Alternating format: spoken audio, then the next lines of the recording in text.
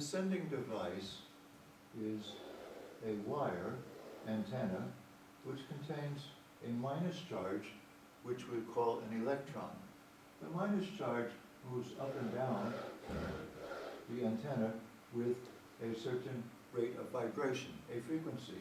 In the receiving device, there is also a wire, and there is a plus charge, let us say a proton, and as you know, the proton tries to stay as close to the electron as it can because opposite charges attract. So when the electron moves up to this position, it is no longer as close to the proton as possible, so the proton follows along and goes up to, once again, it is as close as possible. So when the electron goes back down, the proton goes back down.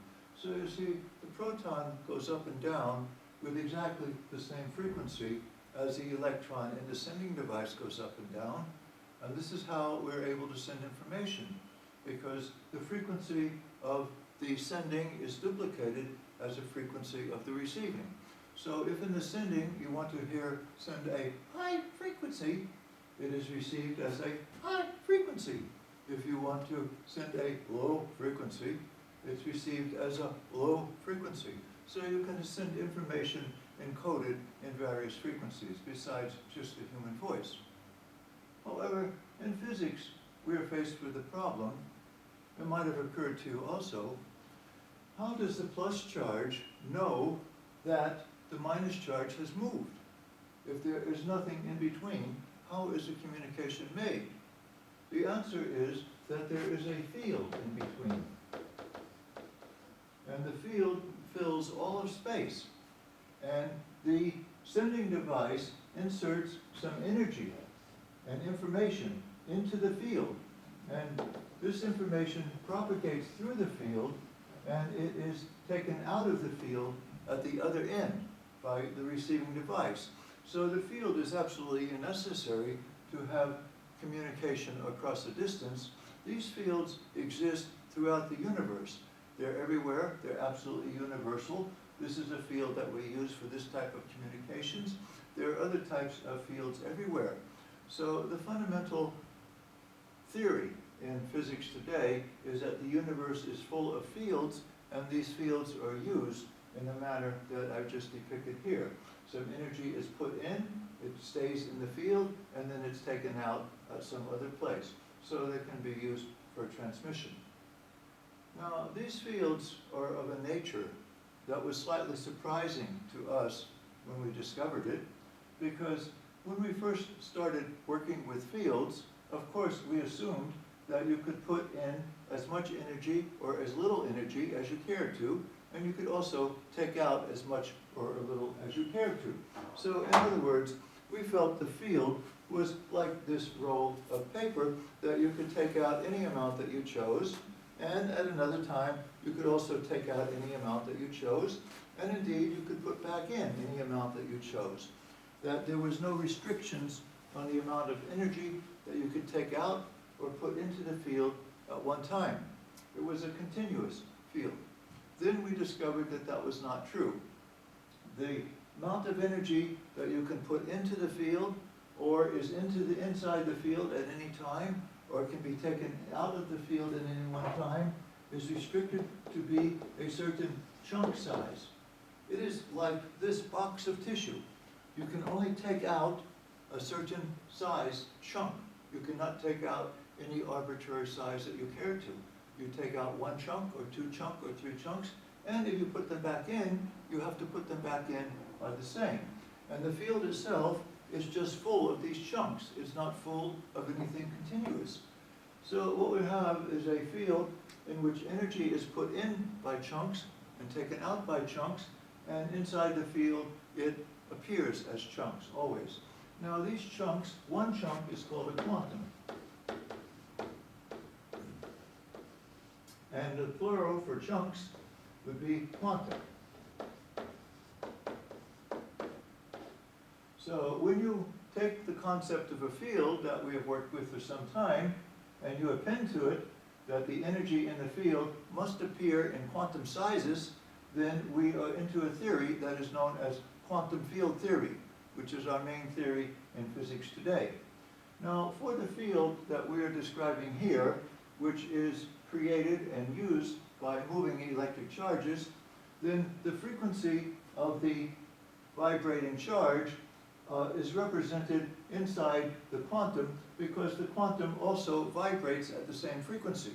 So what you'll have are vibrating quantas as they travel across.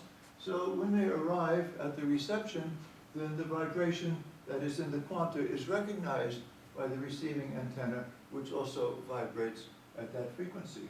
So these quanta can have different amounts of frequencies,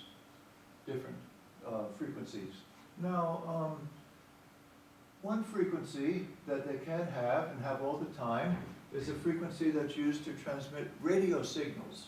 Now, this radio signal is a very low frequency.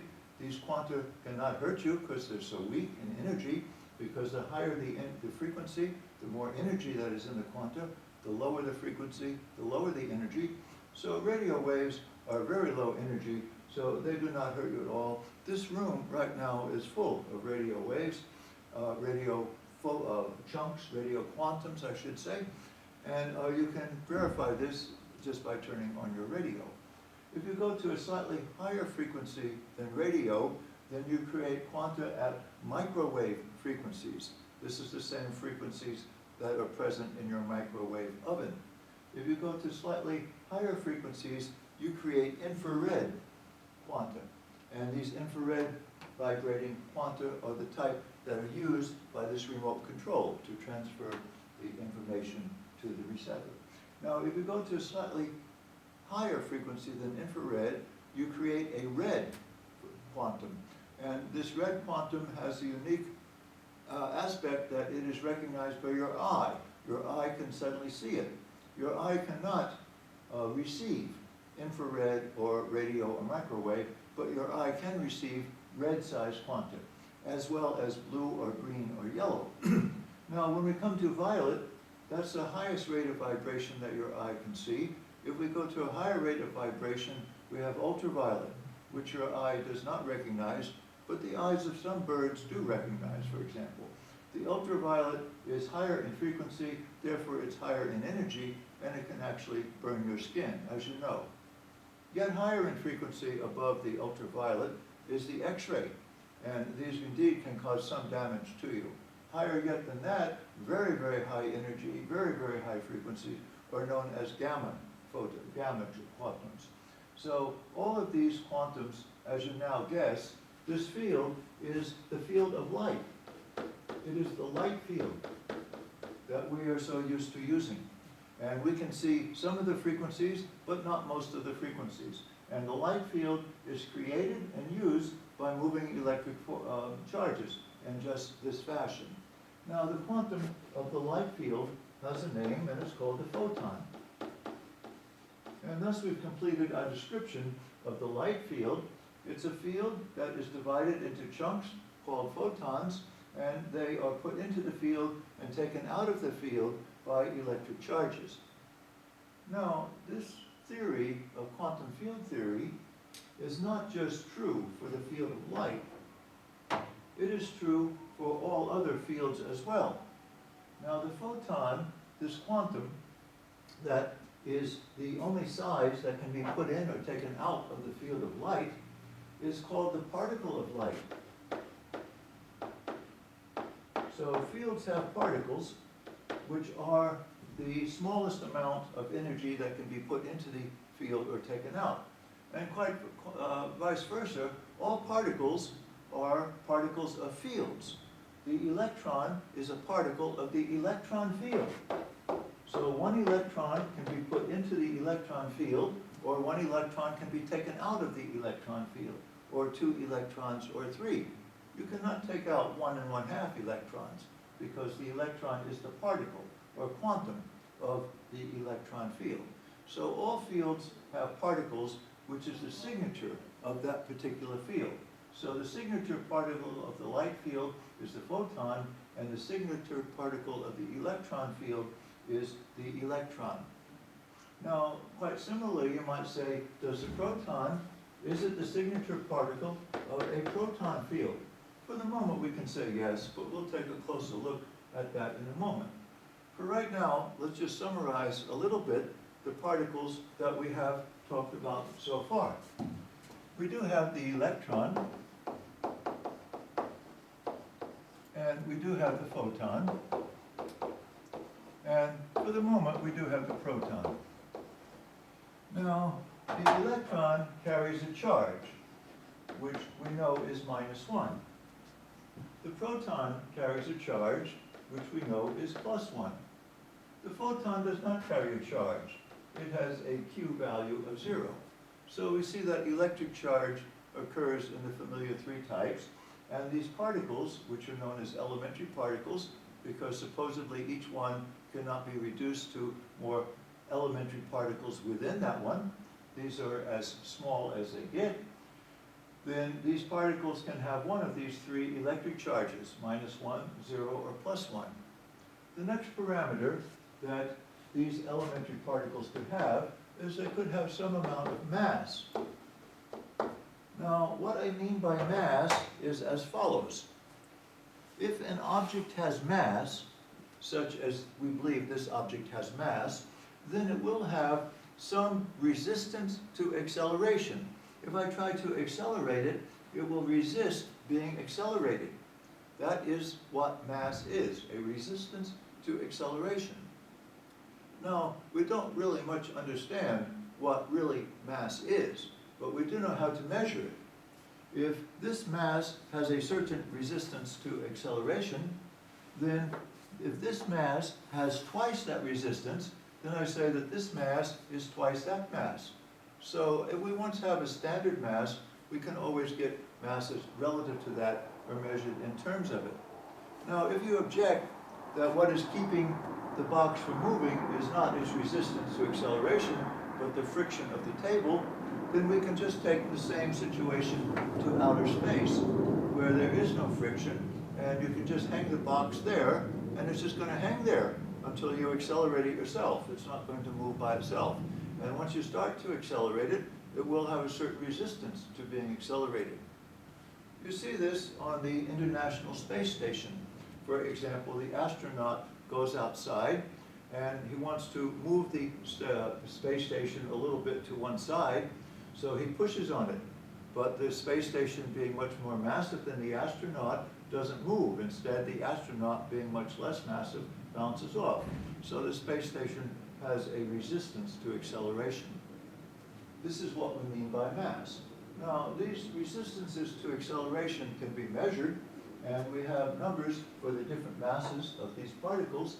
If I arbitrarily say that the mass of a proton is 1 mass unit, then the mass of the electron will be 7 zeros in front of it and a 1. So the electron has a much, much smaller mass than indeed does the proton. Now, the mass of the photon is absolutely 0.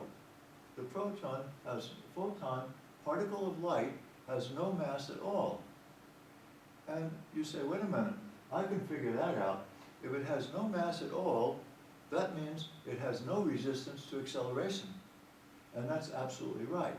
When you throw the switch on the wall and turn the light on, the photons come out of the lights in the ceiling, and they are at full speed upon creation.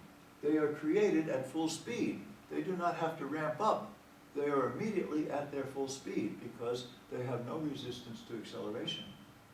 And when you stop them, for example, inside your eye, they are going at full speed when they are stopped because they have no mass, so they have no resistance to deceleration, so they don't have to ramp down. That is what mass equals 0 means. The next parameter that these elementary particles might have is that these elementary particles actually spin. They actually spin. Now, if we say that the spin rate of the photon is 1, then in comparing it to that, we find that the spin rate of the electron is 1/2, and the spin rate of the proton is also 1/2. Now, you're really getting intrigued right now, because you can say, wait, the photon has no mass, but it has a spin of 1, then what's spinning? This is why this study is so interesting. If you figure out what's spinning, please tell me. We have these particles now established, and the next question to ask is, are they all really elementary particles, or is perhaps one of them a composite of some other particle? Now, we have long suspected that the proton was not an elementary particle, but if you looked inside a proton, you would see some other particles. So the way to test that is you have to see what is inside a proton. And in physics, we have a very elegant, highly technicalized, and sophisticated method of seeing what is inside of a proton.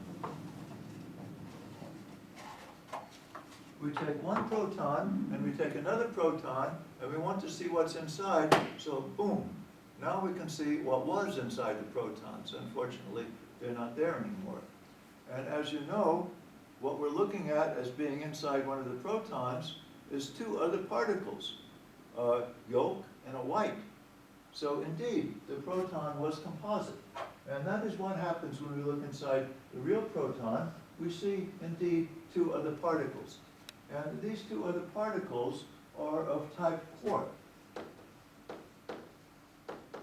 So a proton is not composite, should not be in our list of elementary particles, but it's a composite particle composed of 2 quarks. Now, the quarks occur in 6 types. And the charges of the 6 types are either 1/3 or 2/3. And the masses range from 60 to 100, and the spins are also 1/2. So these quarks are held now to be elementary particles. So the next feature that we might want to look at is, can these particles turn into other of these particles? And the reason that we think that this might happen is because we have actually observed this to happen. To prepare ourselves for this, let's introduce a sister particle to the electron. Let's call the sister particle the positron. Now, the positron has a mass that is identical to the electron, and it has a spin that's identical to the electron, but its charge is +1. So it is an electron with the opposite charge. So it's a sister particle to the electron, and it has been observed to actually exist. It's also an elementary particle. Now let's hypothesize what might be happening if a photon is traveling along. Now let's represent it by a wavy line, because photons are known to vibrate. Now remember, a photon has no mass, it's mass 0, and suddenly in space, the photon disappears, and what appears instead is a pair, an electron and a positron. First, let's see if this is possible. The charge on a photon is 0, but the charge on an electron is -1, and a positron is +1 for a net of also 0. So the charge is conserved, that's not a problem. Now, the spin on the photon is 1, and that divides into 2 spins of 1/2. So the spin number checks out all right. The only difficulty that we indeed get into is, where did the mass come from? Here we have a mass of 0.00001 and another one of the same, so we have a net mass of 0.000002. But the photon has no mass. So where in the world did the mass come from? Because we do observe this happening in nature. Albert Einstein told us where it comes from. Albert Einstein said to us that mass is another form of energy. Energy and mass are the same thing. So mass can be created from energy, and energy can be created from mass. Now, we have developed this quite a bit since he first stated it, and in fact, we have something called an atomic bomb. Now, atomic bomb releases an enormous amount of energy, and it releases that energy by converting some of the mass that is in the bomb into energy. unfreezing it from its mass state and returning it to its energy state. Now, the amount of mass that's actually converted into energy in the atomic bomb is minuscule. It's almost none. It's none at all. So this shows you that a little bit of mass contains an awful lot of energy condensed down. And the reverse process is also true. If you want to make a little bit of mass, you've got to put in an awful lot of energy.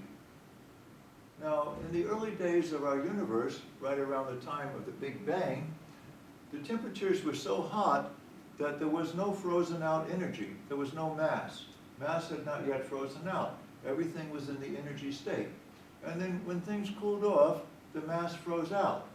Now, as you look around our universe, you see huge amounts of mass. Galaxies, clusters of galaxies, stars, and planets.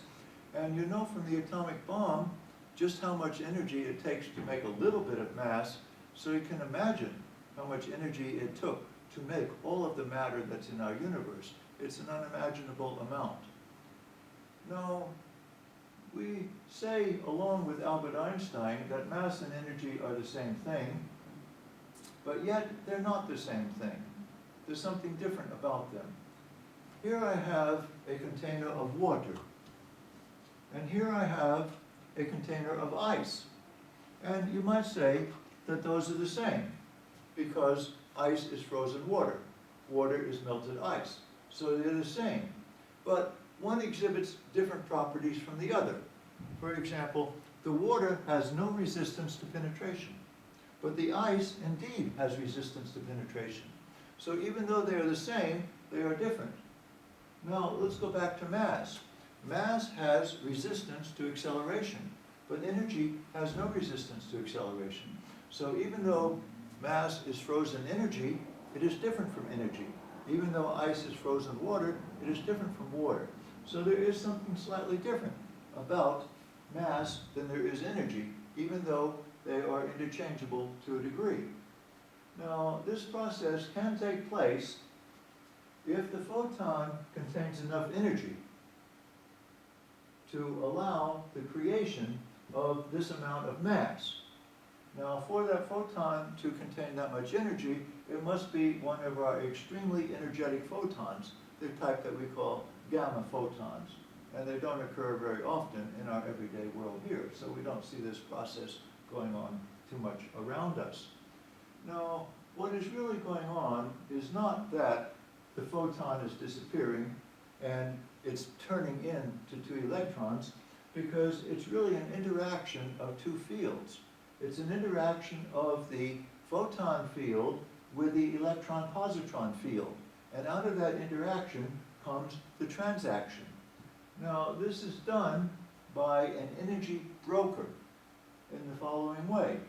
The photon exists in our world. It's here right now, and it contains a certain amount of energy. But it wants to go back home to its photon field in the vacuum, where it's not with us anymore. So if it goes back home, then it leaves its energy behind with us in this world.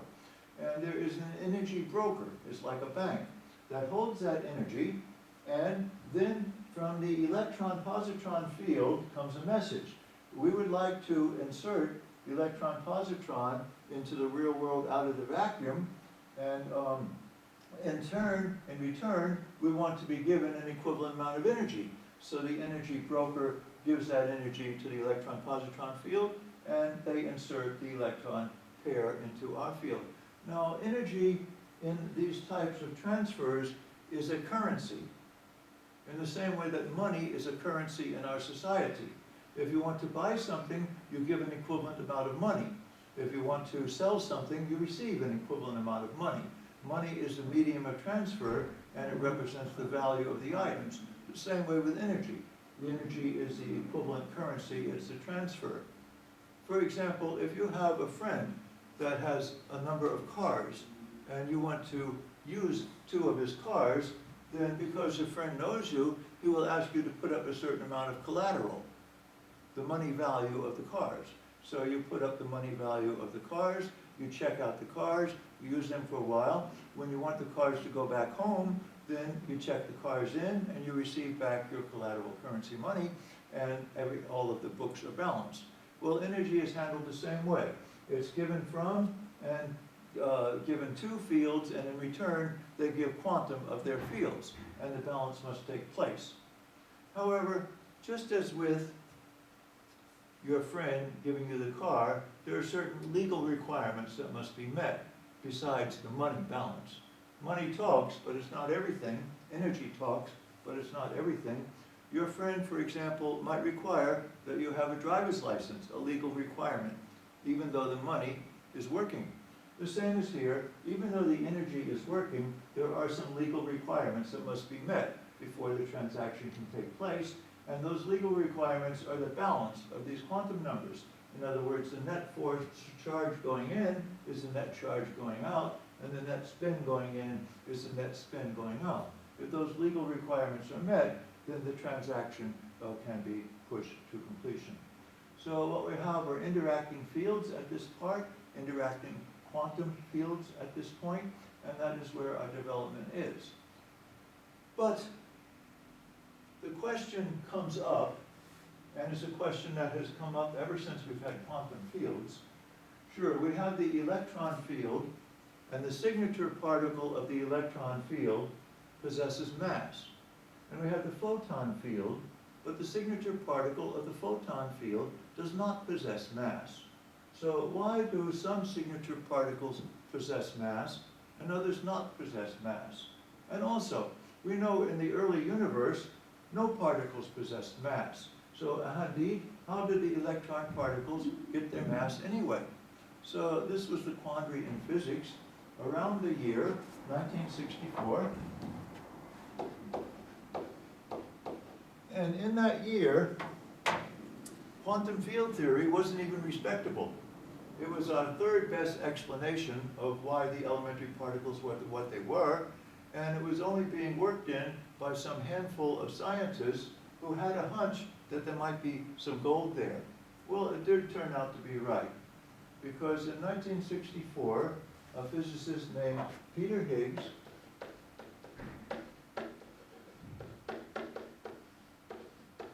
described a mechanism by which in the early universe, the fields that we observe now to have mass, but at that time did not have mass, could acquire their mass.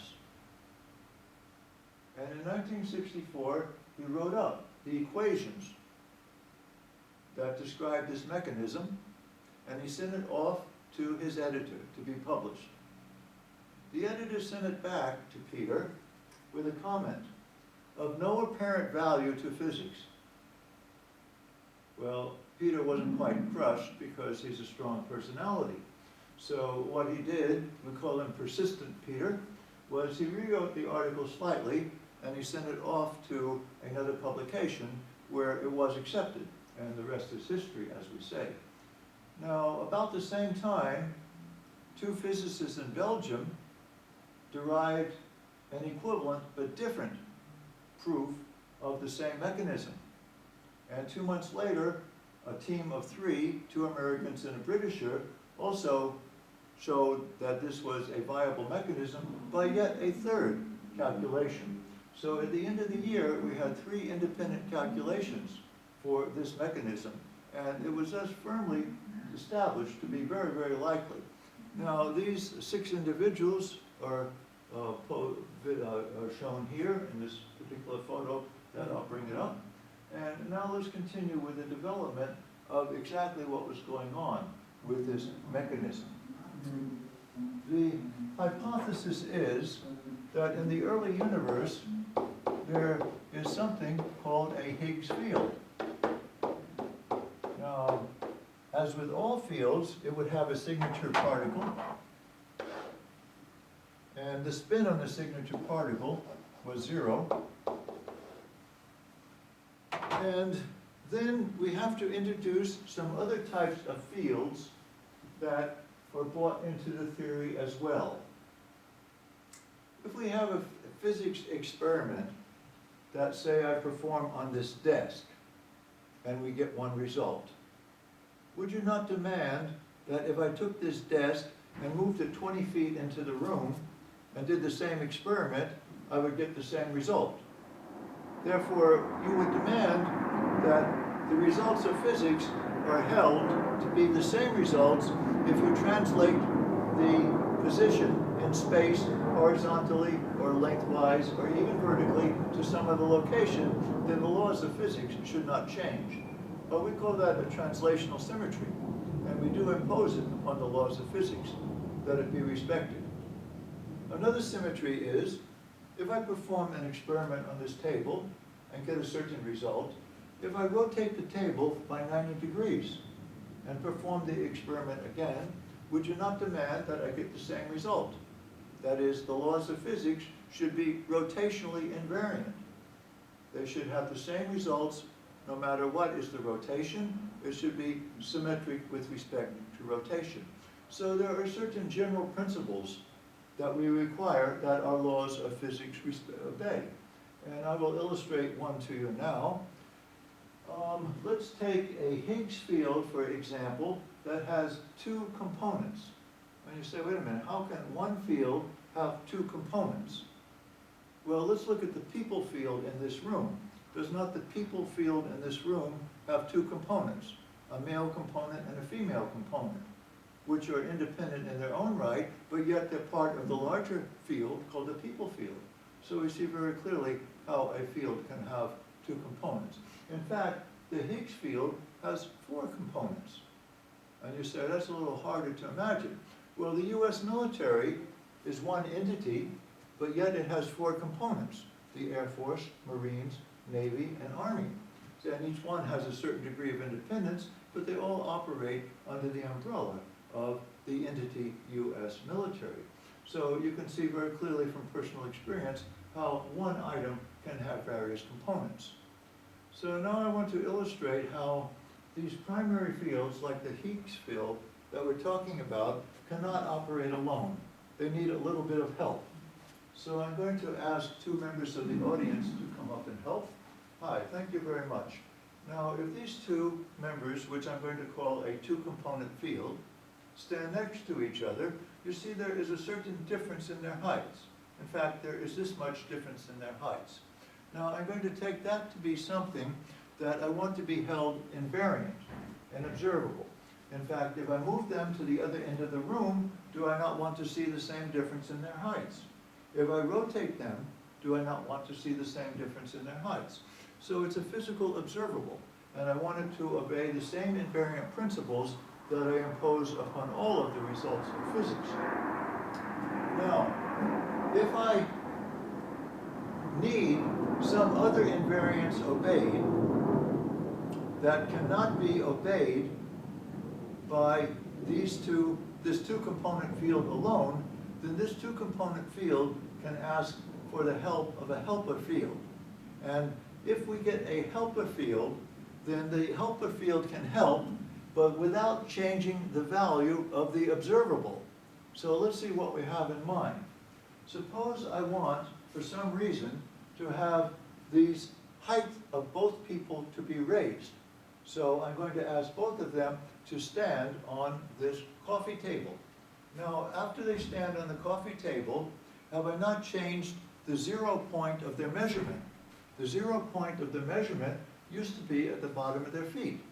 But now the 0 point of measurement for their height from the floor up is now 2 feet lower. So I have put a constant value of 2 feet to both of their heights. But because I added the same constant value to both of them, have I changed the difference between their heights in the slightest? No, the difference between their heights remains the same, even though I added a constant value to both of them. So you're free to add constant values almost anywhere in physics, because almost all of the physics results that we measure or look at are the differences between two, sometimes called derivatives. So as long as you maintain constant differences, you can adjust as much as you care to maintain these other variances that you might be interested in. Now we have certain names for these improvements or helps that we give. For example, what we're interested in this two-component field is some measure of the height. we want to gauge the height. Gauge is another word for measure. So when we gauge the height in their original position, we gave certain heights to each one of them. When we put the coffee table under them, we gave them a height transform. We transformed each of their heights to some other height, though maintaining the difference. So that transform of the measure of their heights changed their gauge. The gauge point is no longer at the bottom of their feet. The gauge point is now on the floor. So we undertook what is known as a gauge transformation. We changed the gauge that we're looking at.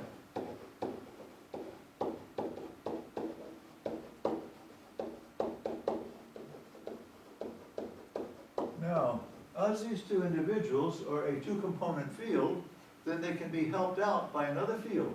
So the coffee table is a gauge field, which enacted the gauge transformation.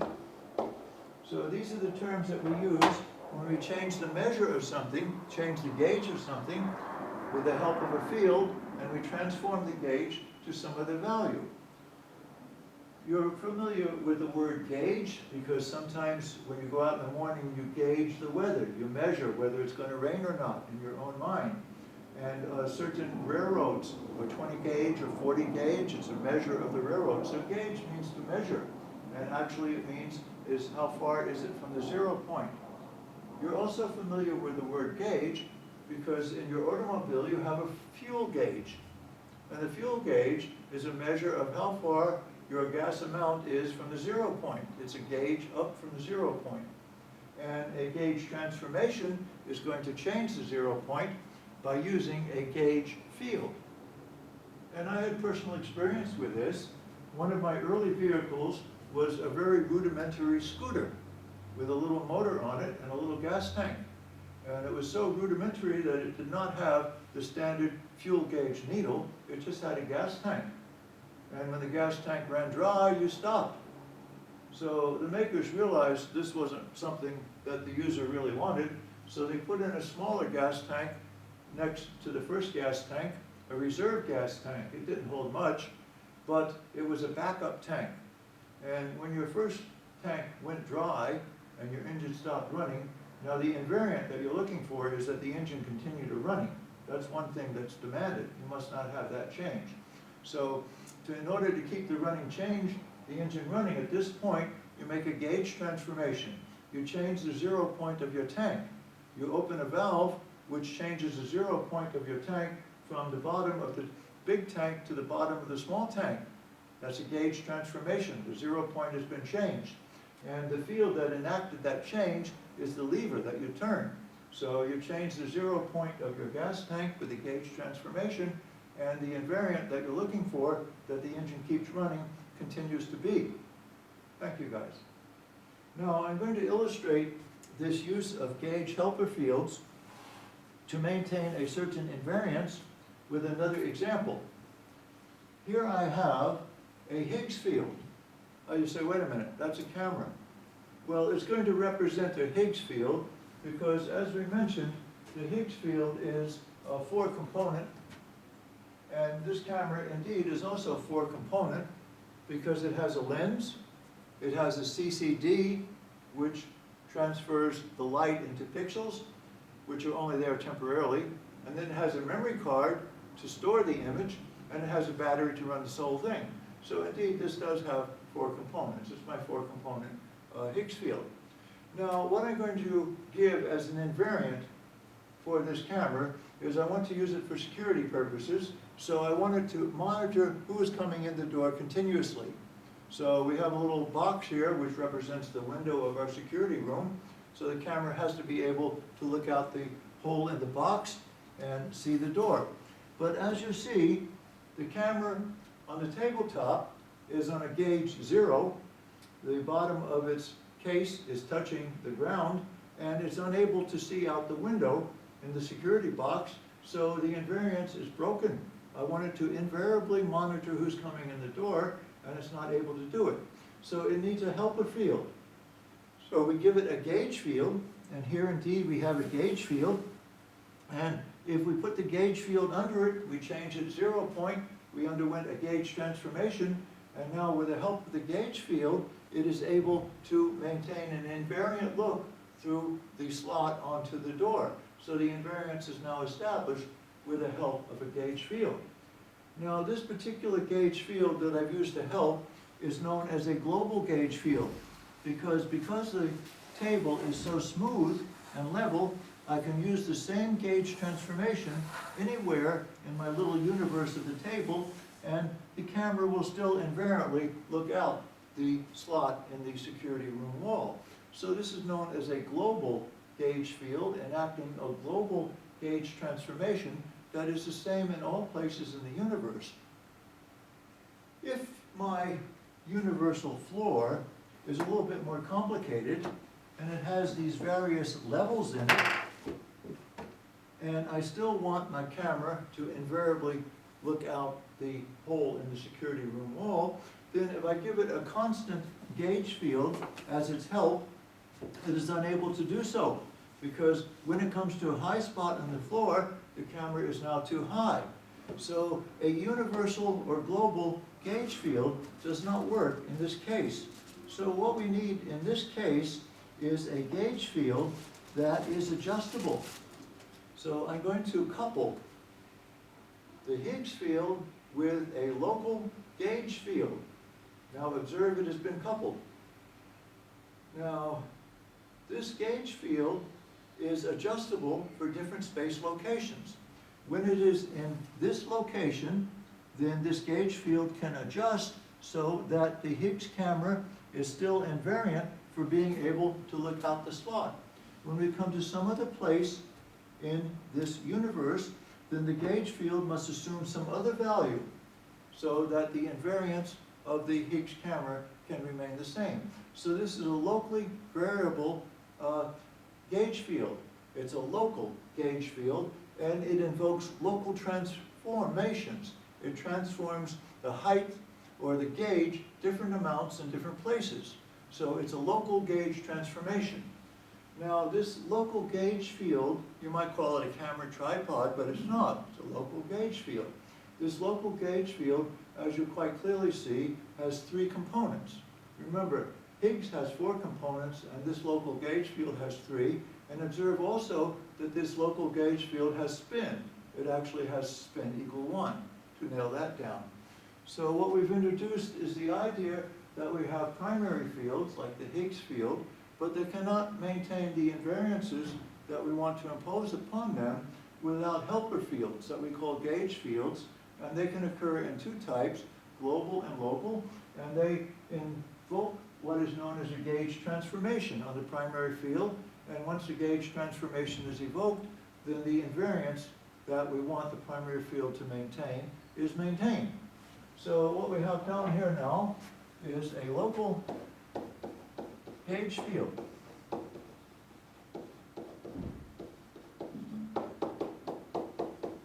And off on the side, we also have a global gauge field.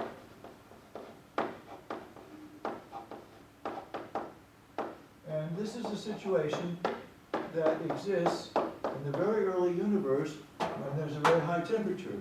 These 3 fields are independent and don't have much to do with each other because the temperature is so high that they sort of stay away from each other. However, as the temperature in the early universe starts to drop, the most amazing thing that you could possibly imagine happens. And that is, as the temperature drops, then the Higgs field mates with the local gauge field. It mates with it. The nights get cold, remember?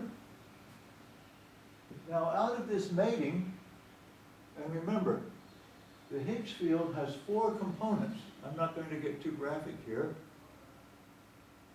And the local gauge field has 3 components. And the local gauge field is a spin 1. And the Higgs field has positive energy, but the local gauge field has no mass. So immediately out of this union come 3 child fields. The first child field we'll call the Walter child field. The second child field we'll call the Wander child field. And the third child field we'll call the Zachary child child field. These fields bear the genetic mixture of their two parents. First, all three of them, because their mother, the local gauge field, is a spin 1, all three of them are spin 1 particles. Now, when I say particles, I'm talking about the signature particle that each field has, because these child fields, just like in the other field,